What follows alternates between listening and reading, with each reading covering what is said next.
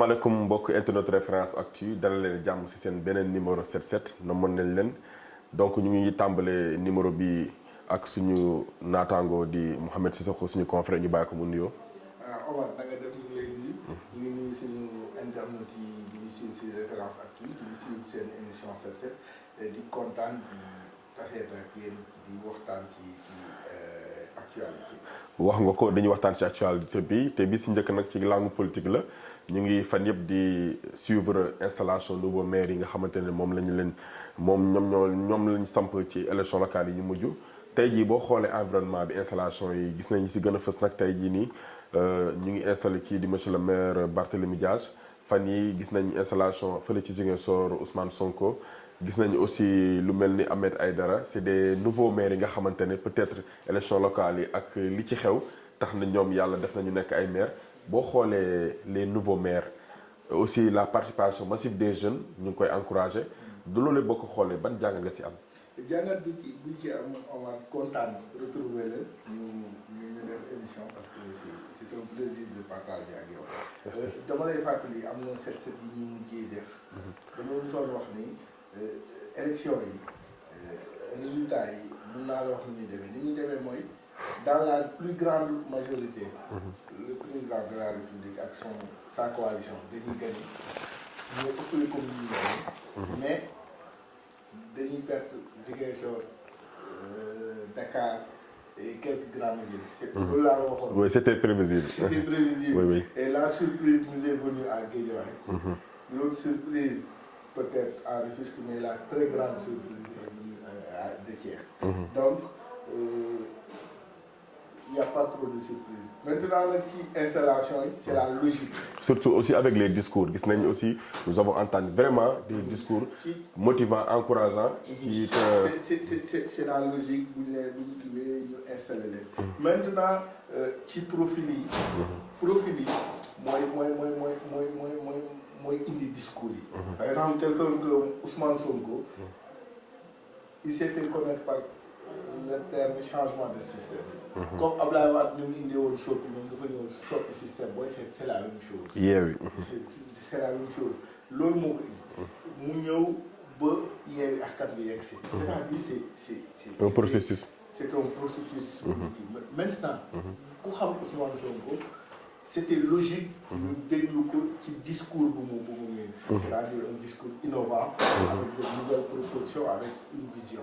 Et tout à l'heure ñu ngi déglu Barthélémy Dias mu teg sa feuille de route et une feuille de route bu nduroo ak profilam et tout cela mooy auguré ni politique sénégalaise seen politique sénégalaise mu neex ñenn ñi wala mu naqari ñenn ñi dafa am reconfiguration bu enclenché woon bu yàgg mais jël na vitesse de croisière te kanam ñu jëm il y aura de nouvelles têtes il y aura une nouvelle manière de faire et espérons que cette manière de faire là bi ñu gis ci campagne électorale dina feeñ ci mode de gestion des nouveaux maires parce qu'il y a beaucoup de nouveaux maires, il y a beaucoup de jeunes et c'est ça que j'applaudis, moi les jeunes.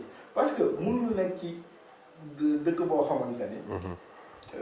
la quasi-totale de la population et les jeunes. La majeure partie de la population, 80% des Sénégalais ont moins de 50 ans. Et 70% ont moins de 35 ans. Voilà. Tu es à l'article de la mort, tu es à 70-80 ans, c'est pas normal. Beneen bi aussi est-ce que jàpp nga ni état du Sénégal dina yombal nouveau maire yi seen doxalin gis nañ la majeure partie ci nga xamante ne zone yi nga xamante ne c'est stratégique opposition bi ñoo fa gagné ñu bëri ñu ngi ragal parce que ku ne maire ak système bi ñuy doxee di nga war a mën a liggéeyal en parfaite collaboration avec l'État. Est-ce que tey jii nii état bi jàpp nga dina am esprit de grandeur boobu noonu jàppale maire yi ba seen mission yi ñu mën koo réussir. xam nga bu nekkee ci état bi normal ta question là warul exister. si ci état bi normal parce que bu ñu fàtte ni état moo def décentralisation mais du décentralisation rek moo am dafa am déconcentration. et transfert de compétences. xam nga dafa am décentralisation am déconcentration. Décentralisation mooy quand le pouvoir politique est ramené jusqu'à la base. loolu mooy décentralisation. Déconcentration mooy quand le pouvoir administratif est ramené jusqu'à la base moo tax ngay am préfet sous-préfet et gouverneur. C'est ça la déconcentration. Maintenant si état bu normal comme je disais loolu warul am parce que ñi yore l'aspect politique dañu war a doxal appuyer wu ci l'aspect administratif. C'est les représentants de l'État. Donc moo tax ci campagne électorale j'avais fustigé ceux qui disaient que ni non fal leen ñu parce que ñun ñoo ànd ak État. Non État amul tur amul sant. ñëpp État leen. bu ñu falee Barthélémy Dias à Dakar il doit travailler en parfaite collaboration avec le préfet de Dakar. loolu si c'est indéniable. La logique l'impose cela moom bu ko bëggee. loolu moo war a am bu ko bañee loolu moo war a am. maintenant nag l'autre aspect. quand on est dans un état qui n'est pas normal. comme les nôtres cohabitation day métti mais dama ci am rafet njort parce que dama dégg Ousmane Sonko son discours à Ziguinchor dama dégg Ahmed Aïdara dama dégg docteur Babacar Diop dama dégg ci ñu wax avec intelligence prêt à travailler avec l'État si c'est ay démembrement donc je pense kon ñu am yaakaar que ñu am yaakaar mais politique day làqatu si ginnaaw. bu ñu fàtte bu ñu leen ba Khalifa Ababacar Sall. rapport IGE bi tax ñu destituer ko mu perdre tous ses mandats électifs ba léegi kenn gisu ko. am ñi nga jot a gis nee nañ rapport bi mosu ko épinglé mais pourtant peut dire que 5 ans de prison. mais il y a des gens politique.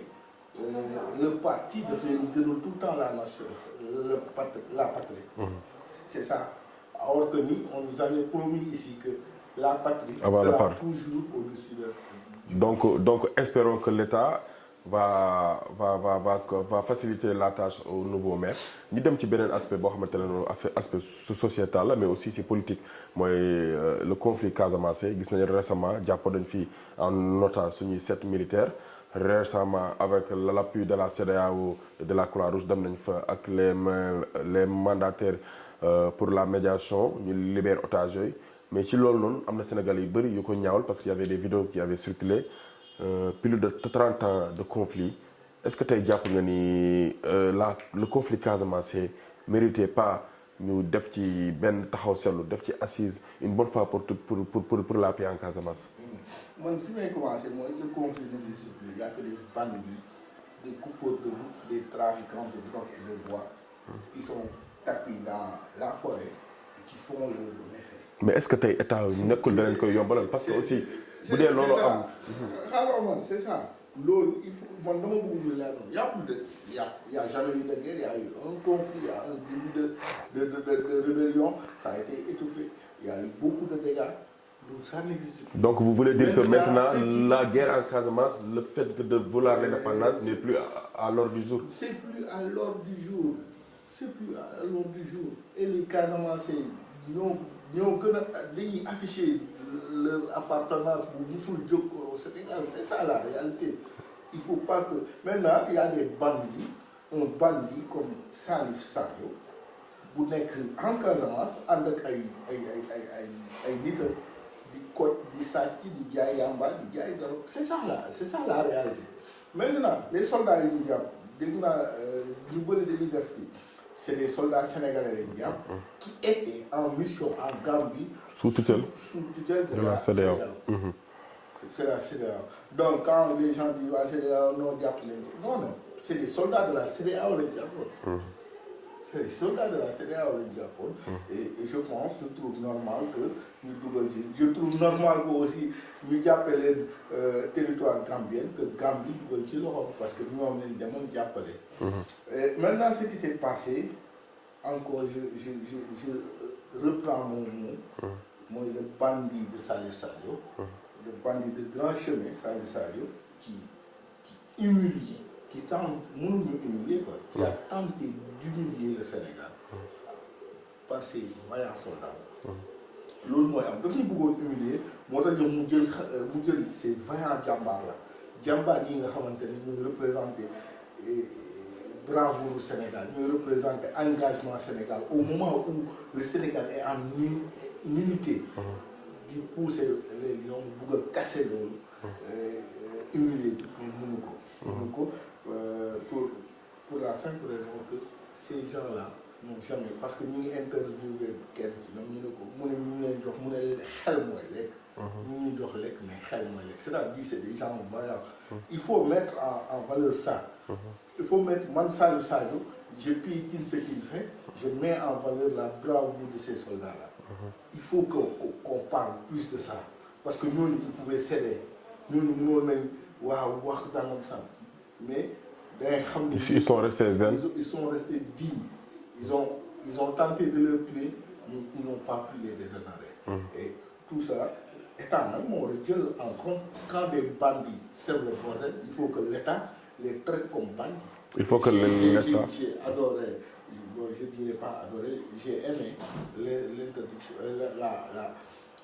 la réaction. La réaction du président Macky Sall bu mu ne suñu àll notre forêt dinañ ko protéger à tout parce qu'il a compris que c'est pas une rébellion c'est des bandits il faut qu'on le dise le mot rebelle là il faut ñu dindi ko ay bandits ñoo fa nekk di koj nit ñi di góor garab yi di fa bay yàmbaa di ko jaay loolu moo am carrément maintenant képp ku ko quand ils se sentent menacés rek ñu def benn kii tiire nangam naan ñaata rek 10 personnes ñu rébellion existé tout man je suis allé en Casamance récemment mais il y a des gens qui leur disent xamuñu ko et aussi il faut noter la réaction de Sadio Mané mu ne ko Salif bàyyi ñii ay Sénégalais lañ est-ce que comprendre c'est ça grave. donc tey jii nii loolu noonu ñu ngi ci bàyyi xel bu baax ba en tout cas affaire bi yàgg na te on a besoin de la Casamance pour le développement de notre pays ñu dem ci beneen sujet actualité muy la recrudescence des meurtres gis nañ fan yi wax dëgg na yàlla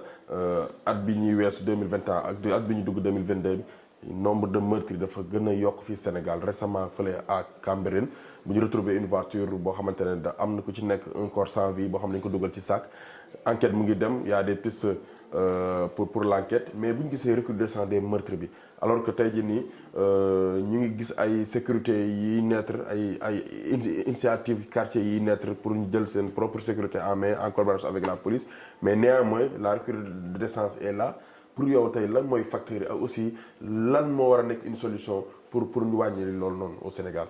xam nga la violence le meurtre la mort dara war ko waral dara rien ne peut justifier ça il faut que ñu bañ a parfois souvent gars yi dañu koy expliquer te ñu ne la pauvreté non la pauvreté à Bordeaux waaw moom amul ndey amul bàyyi lu ñu jël jiñ ko il faut ñu xoolaat suñu jikko parce que pauvreté dëgg mais am na ñu amul dara te ils sont restés dignes il faut que ñu teg dignité suñu kanam quoi je dis pas que amul beneen kii mais il faut que man j'ai envie de mettre ça en exergue. non est-ce que tey jii comme li nga wax man je ne pense même pas ñu évoque parce que bu ñu xoolee la nature des meurtres il y a des meurtres passionnels par exemple une personne qui sort avec une fille mu mere ko mu ñëw rey ko bi ñu mujjee Mbuur bii nii aussi c'est des gens yoo xamante ne dañu sekkoon business xaalis la donc comme li nga wax pauvreté boobu noonu du mënul expliquer lépp maintenant il faut conscience la psychologie ñu yaraat suñu bopp yaraat suñu bopp c'est que yar suñu bopp ci doylu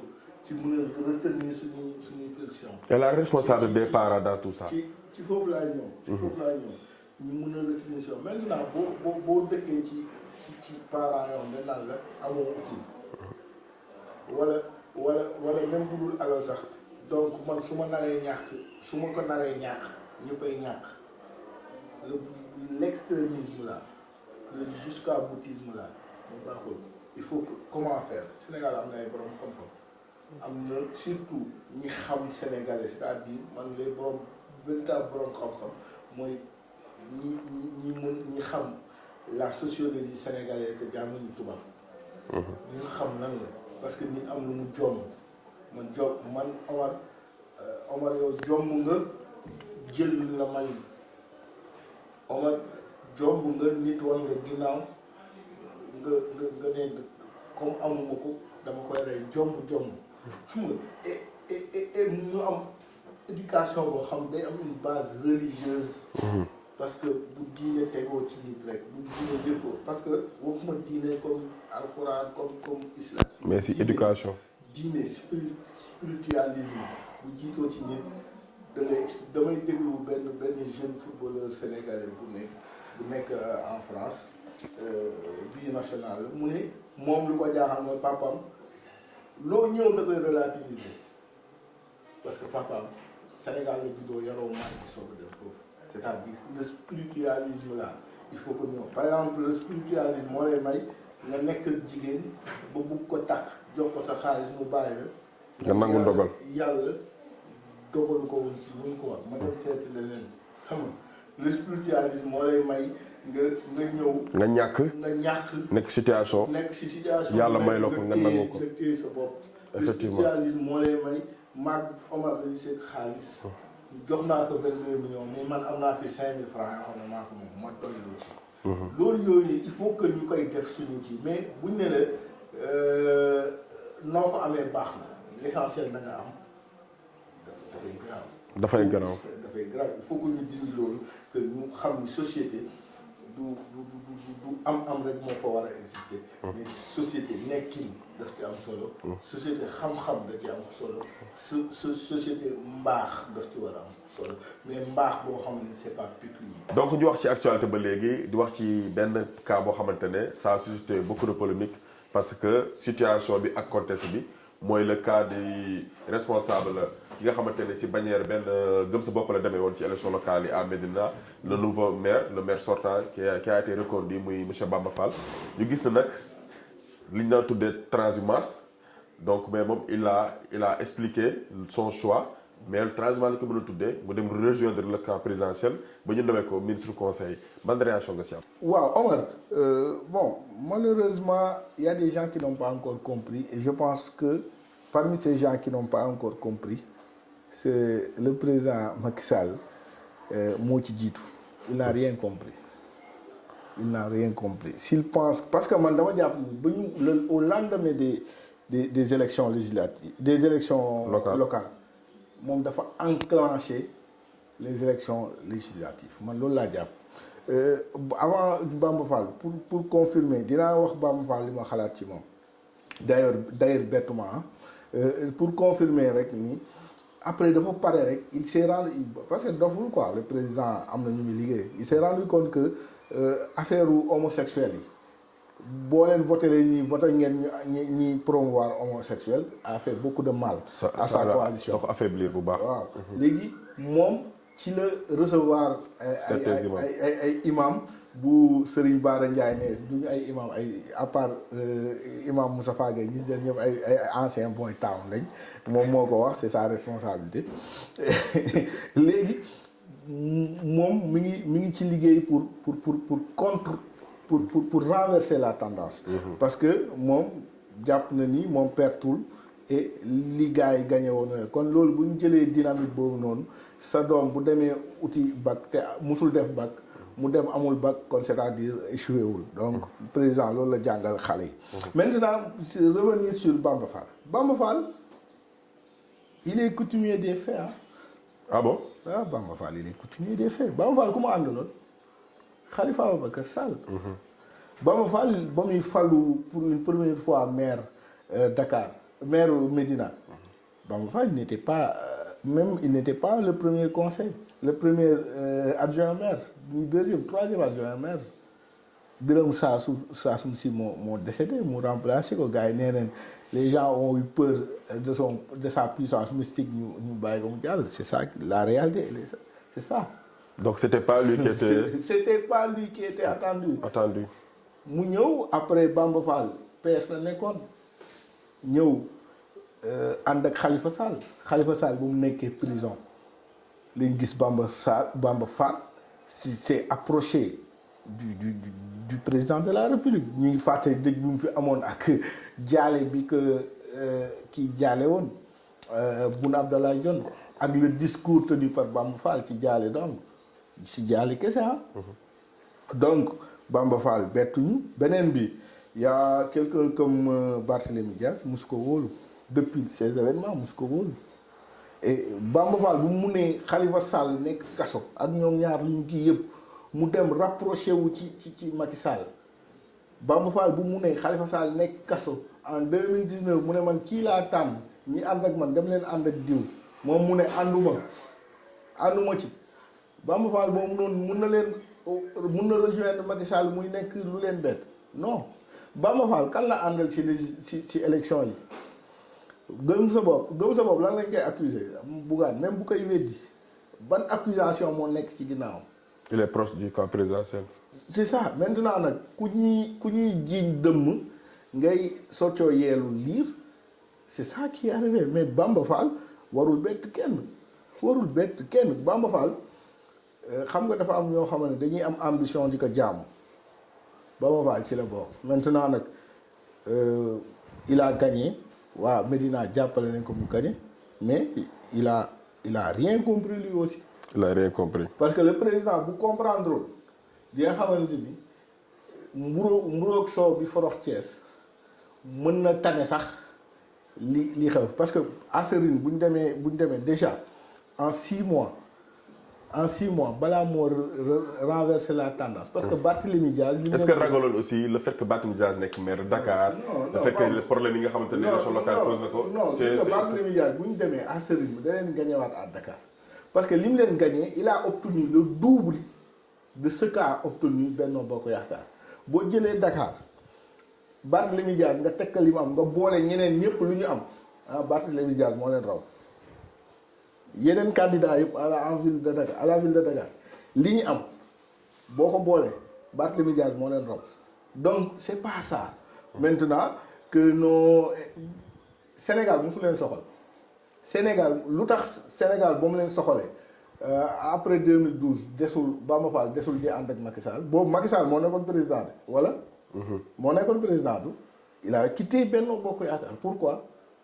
parce que dafa jàppoon ni ay intérêt nekkatul woon Benno Bokk Yaakaar mu ñëw tey il voit que ni y a l'émergence de nouveaux leaders dans l'opposition moom dañ koy reléguer au second plan mu dellu foofu c'est ça. maintenant président Macky Sall je redis ce que j'avais dit il n'a rien compris et en juillet inchallah il va voir qu'il n'a rien compris. ñu wax ci dernier point bi donc muy wàllum sport.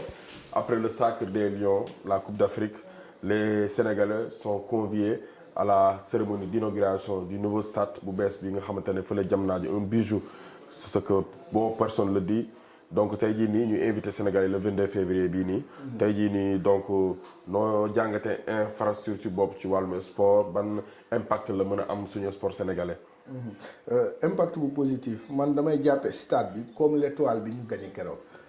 bi ñu gagné keroog le 22. le 6.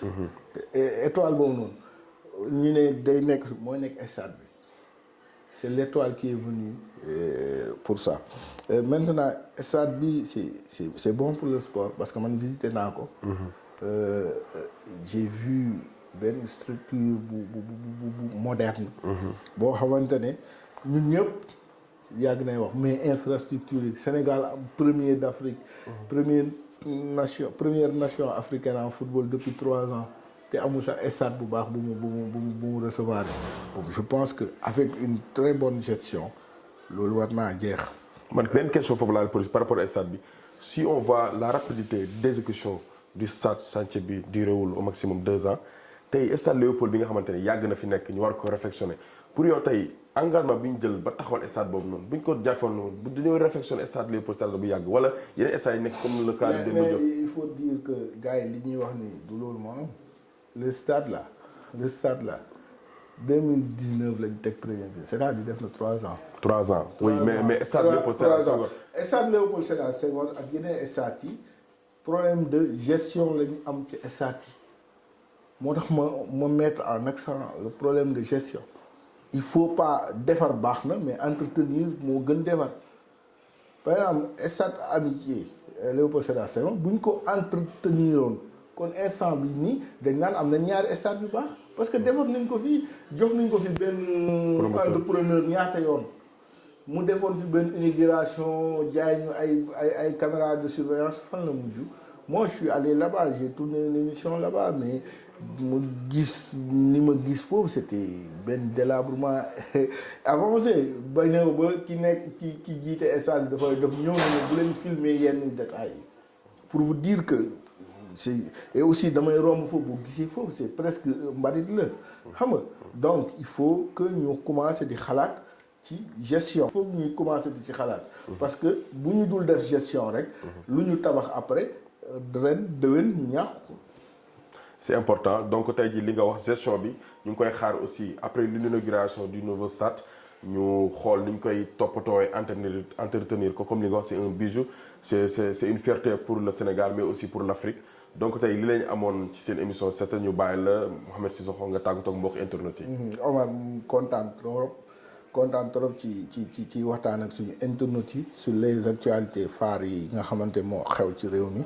waaye it kontaan ci bokk ak yow jotaay di leen dig daje rek beneen semaine ak ci seen émission 7-7. merci beaucoup suñu mbokk internautes yi merci beaucoup sama confrère man aussi j'avais réellement j'ai eu réellement un plaisir de vous revoir ici ci émission 7-7 bi di wax ni ñu ngi leen di dox di dig daje beneen numéro ak yeneen actualité merci beaucoup.